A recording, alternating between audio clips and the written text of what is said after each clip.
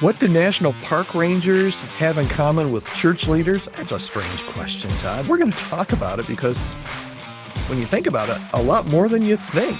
Rangers protect sacred spaces, they guide wandering visitors, and respond when wildfires break out. And today, we are going to explore three surprising yet powerful ways that church leaders can learn from the frontline guardians of America's most beloved natural resources.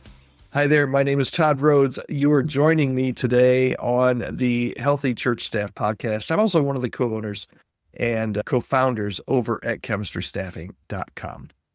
So, church leaders, what if your job isn't just to preach or manage staff, but what if your job is to be a ranger in the wild, protect the sacred, guide the lost, and when necessary, fight those fires that threaten your people? Today, we're going to be diving into how you can learn from a national park ranger. All right. So, number one, protect the sacred. National park rangers they're fiercely committed to protecting land that's considered sacred, not just by history, but by experience. And likewise, church leaders, we are called to protect something that's even more valuable than buildings or brands or even land. It's the sacred culture of community. So that means that we need to hold theological integrity even when those trends shift. That's how you have to guard it. It means protecting unity from division and from gossip and from politics. That's part of protecting the sacred. It means making the church a safe place for the vulnerable. So you're not just managing Sunday services. You're safeguarding when you really think about it. And that's why we all got into this business, right? This business. That's why we all felt called to ministry at one point, is because we felt like this was, in a lot of ways, what we're doing is this is sacred ground. This is holy ground.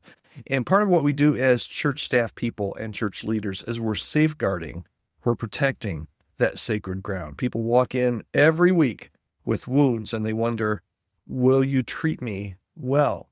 So you need to treat your space like it's a holy terrain, because it is. Okay, so you got to protect the sacred space. Number two, you got to guide the wandering, just like the park rangers. They're not just guards, they're guides. And they help people who are lost find their way back. They set up signs, they walk trails with visitors.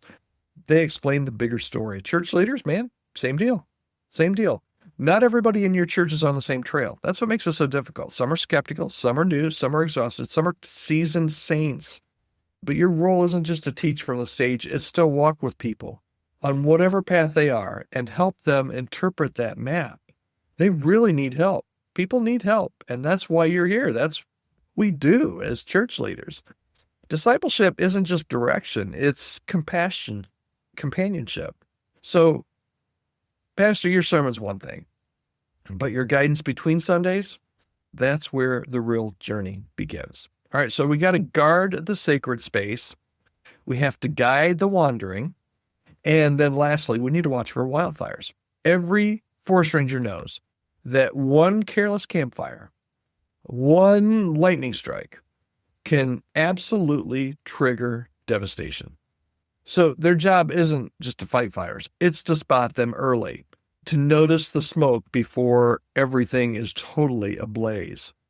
How does that apply to church leadership? Conflict usually smolders under the surface before it explodes, and unhealthy staff dynamics can go unnoticed for months or years. One unchecked ego, we just did an episode yesterday on this. One unchecked ego can one whisper of manipulation can burn your team right to the ground. Your leadership superpower isn't charisma in this case. Your leadership superpower is attentiveness. Rangers and leaders don't wait for disaster. They proactively try to prevent it. So, final takeaway here. It's not the fires the fires don't destroy what's healthy unless no one's watching, and then they do. So, pastor, church leader, are you a ranger? Are you just a preacher? Are you just a maintainer? You really need to step in and do these three things that we talked about here today to make sure that your staff continues to be healthy. Put on your forest ranger hat and see what you learned today about your leadership and what you maybe need to do or change. All right. Thanks so much for listening today. I hope that was helpful. My name is Todd. I am the co-founder over at Chemistry Staffing. If there's ever any way that I can help your church in any kind of healthy staff discussion or plan, whether it's hiring, whether it's firing, whether it's compensation type issues, maybe it's succession, I would love to talk with you, or someone on my team can talk with you and come alongside and help, because we know this is lonely stuff a lot of times.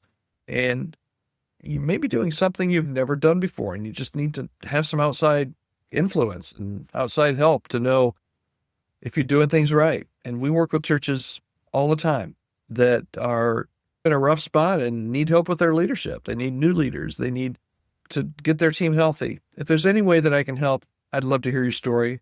Love to start a conversation, see if there's anything that we could do to partner with you to make that better. My email address, podcast@chemistrystaffing.com. I hear from people every day that listen to this podcast and just either say thank you, or I agree with that, Todd, or I don't agree with that, Todd. That's fine. But I'd love to hear your story, and see if there's any way that I could come alongside, or chemistry can come alongside and help your church. Podcast@chemistrystaffing.com. We're here every day, Monday through Friday. I think this is episode 384. So if you're bored, don't have anything to do this weekend, just start with episode 1 and go all the way through. I don't know. That's a lot of Todd. Yeah, probably too much Todd. So thanks for joining. Hope you'll join me again tomorrow right here on the Healthy Church Staff Podcast.